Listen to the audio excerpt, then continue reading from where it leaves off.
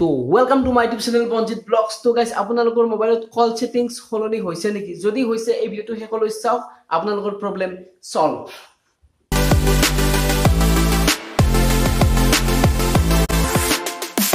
সকলোৰে মনত এটাই প্ৰশ্ন, কি হৈছে কল সেটিংসৰ? মোবাইল ফোন কল সেটিংসত হৈছেনো কি আসলতে?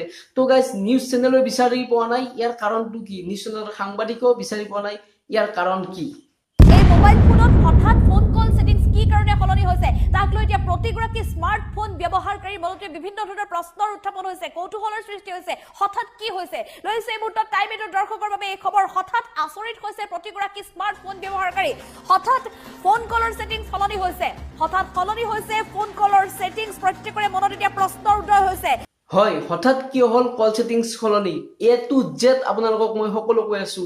মোৰ এতিয়া বৰ্তমান বহুতখিনি মেছেজ আহিছে, আপোনালোকে দেখিবলৈ পাইছে। মোৰো হৈ আছে এনেকৈ বহুতখিনি মেছেজ আহিছে। ইয়াতে কেৱল মই ৰিপ্লাই নিদিওঁ, মই ভিডিঅ' যোগে সকলো কৈ আছো আৰু প্ৰব্লেম সলভ সকলোৰে কৰি আছো। টেনচন নলব, এই সমস্যাৰ সমাধান কৰা অসমৰ একমাত্ৰ ইউটিউব চেনেল পঞ্জিত ব্লগছে দেখুৱাই আছো আপোনালোকক। 1 মিনিটত প্ৰব্লেম সলভ, 1 মিনিটত প্ৰব্লেম সলভ। টেনচন নলব। তো গাইস ভিডিওটো শেষলৈ চাই থাকক, দেৰি নকৰি বলক এই প্ৰব্লেম সলভ কৰি দিও। যেহেতুকে বহুতখিনি ফোন আহিছে, মেছেজ আহিছে। তো গাইস ভিডিও যোগে আপোনালোকক দেখুৱাইছো, আপোনালোকে চাই লওক, পুৰা লাইভ দেখুৱাইছো আপোনালোকক। কি কৰিব লাগিব আপোনালোকে চাওক। আপোনালোকৰ নিজৰ মোবাইলটো লৈ লওক আৰু সেটিংস লিখা আছে সেটিংস। তো সেটিংসত আপোনালোকে সেটিংসত ক্লিক কৰিব, ইয়াতে সেটিংসত ক্লিক কৰিব।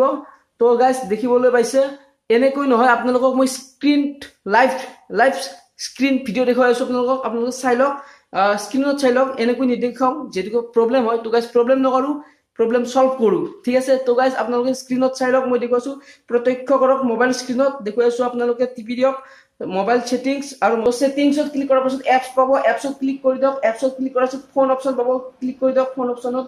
তাৰপিছত নেক্সট পাব ফোৰ্স স্টপ, ক্লিক কৰি দিয়ক, ওকে কৰি দিয়ক। তাৰপিছত নেক্সট পাব ষ্টৰেজ এণ্ড সেট, ক্লিক কৰি দিয়ক। তো গাইস ক্লিক কৰাৰ পাছত আপোনালোকে দেখিব পাব ক্লিয়াৰ সেট। তো গাইস ক্লিক কৰি দিয়ক, ক্লিয়াৰ সেটত ক্লিক কৰি দিয়ক। ক্লিক কৰি দিয়াৰ পিছত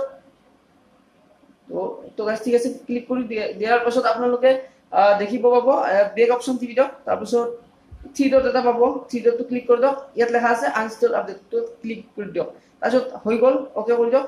তাৰপিছত মোটামুটি কাম সাকসেস, আপোনালোকৰ হৈ গ'ল আনইনষ্টল ফোন। তো হৈ গ'ল পাৰফেক্ট। তো গাইস আপোনালোকে এতিয়া দেখিব পাব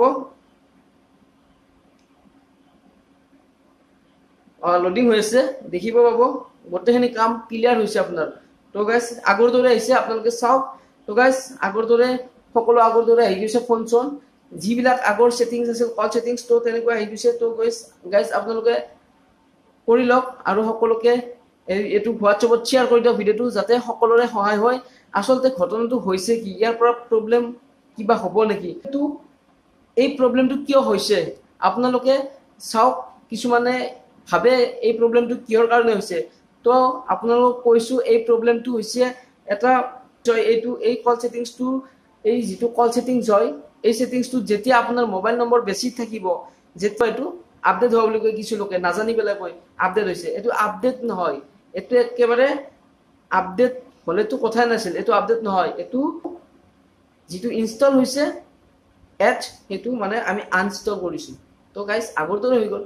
তো গাইস এনেকৈ কিছুমান সাৰ্ভিস চলে, যিবিলাক সাৰ্ভিসৰ ওপৰত মানে একেবাৰে প্ৰব্লেম হৈ পৰে কিছুমান আমাৰ ফোন সেটিংস।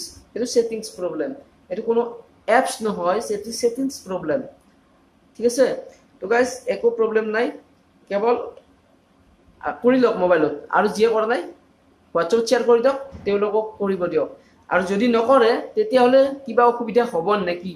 তো গাইস যদি নকৰে তেওঁৰ মোবাইলত এই যিটো সেটিংস কল সেটিংস প্ৰব্লেম হ'ব, কবাই 6 মাহমান চলিব, তাৰপিছত কল সেটিংসত প্ৰভাৱ পৰিব। তো গাইস একো অসুবিধা নাই, একো সমস্যা নাই, আপোনালোকে কৰি লওক আৰু আপোনাৰ বন্ধুবৰ্গক হোৱাটছএপত শ্বেয়াৰ কৰি দিয়ক যিসকলৰ এই প্ৰব্লেমটো হৈছে। তো এই প্ৰব্লেমটো সলভ কৰি লওক, কিয়নো এই প্ৰব্লেমটো সলভ কৰি ল'লে আপোনাৰ যিটো কল সেটিংস হয়, কল সেটিংসটো ভালকৈ থাকিব, আগৰ দৰে থাকিব। আৰু এই কল সেটিংসটো নকৰিলে আপোনাৰ পাছত কিবা অসুবিধা হ'ব পাৰে, প্ৰব্লেম হ'ব পাৰে, ফোন কল সেটিংসত প্ৰভাৱ পৰিব কিবা কিবি।